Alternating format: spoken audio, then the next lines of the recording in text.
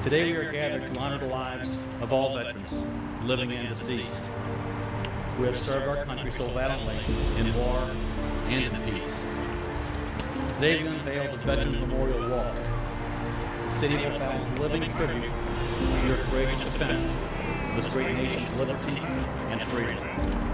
The test of time, that's what this is about. You know, you see things constructed, you see things lived in, occupied, operated. Some come down, some are replaced, some are renovated. So the test of time is what's behind me here.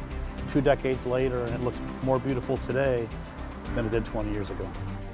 It was an amazing time. I mean, it was, a couple months after 9/11. Patriotism was soaring. Talk about it now, it's giving me goosebumps. It was an amazing day. I mean, it was packed, it was gorgeous, and I'm praying that on November 11th, 20 years later, we have the same amount of crowd. The nation reveals itself not only by the men and women it produces, but also by the men and women it honors. We wouldn't be here without them. We would not be standing where we're at without our veterans.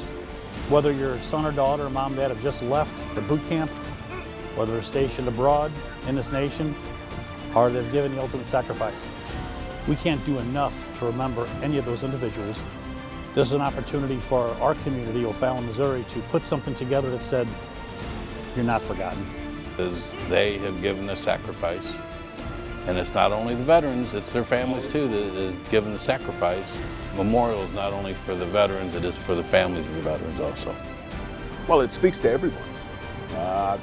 It was designed to speak to everyone. It was designed to be timeless.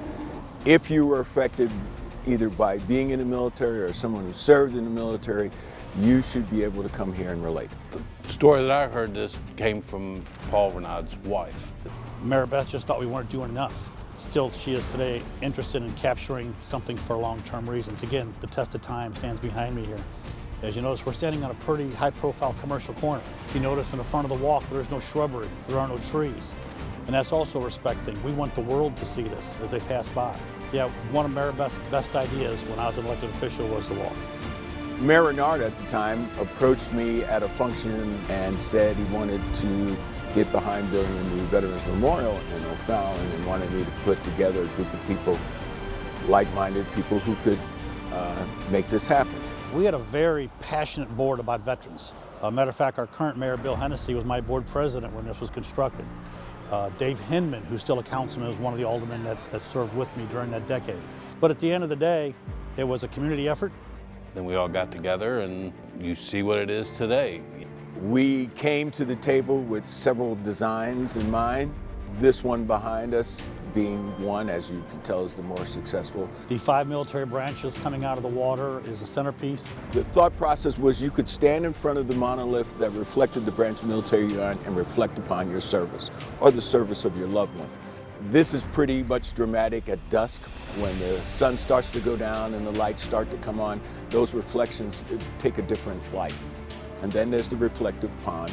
Everything is meant to touch someone in an individual way. Those boots are a cast of a O'Fallon resident. He's a Korean War vet, and we used his boots. The boots are set up with the left foot forward, essentially just moving forward from the branches of military they have.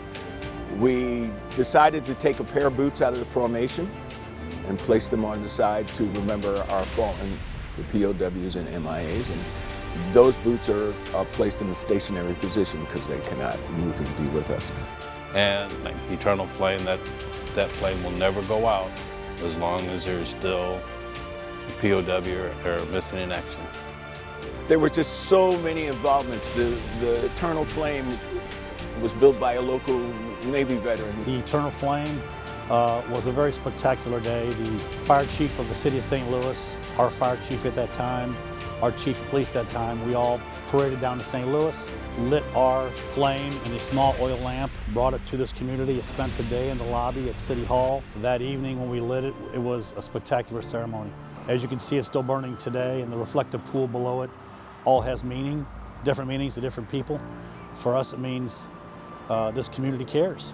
Well, we have several events that transpire throughout the city. Our first event of the year is usually Armed Forces Day, and that's the time when we honor the women who served, and then we go into Memorial Day, our standard Memorial Day programs. In September, we have the POW-MIA ceremony, which is a candlelight ceremony that we have here.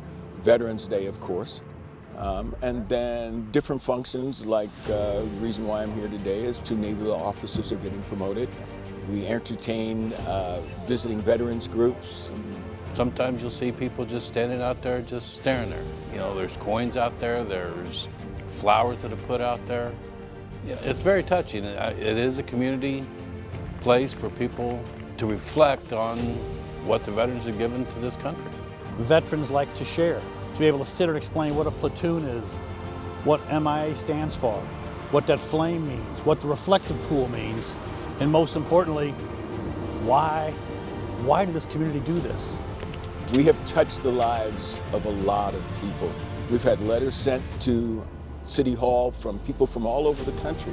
There is a Veterans Memorial in California, which they actually used us as a model to build their own. I can tell you from somebody who's been here from day one, the community shows a great deal of respect for this memorial and what it represents. This was the most important, and I would say the most blessed upon project this community built during my time as mayor. Looks just as new as 20 years ago. I mean, our folks at the city does an amazing job of keeping that thing clean and polished, so I'm proud. Every time we do something here, it's like I have this kind of proud father kind of thing, watching all the people, watching the families interact with the memorial. And it's a good feeling because that's what we wanted in the beginning. But I think what touched me most was the outpouring of support.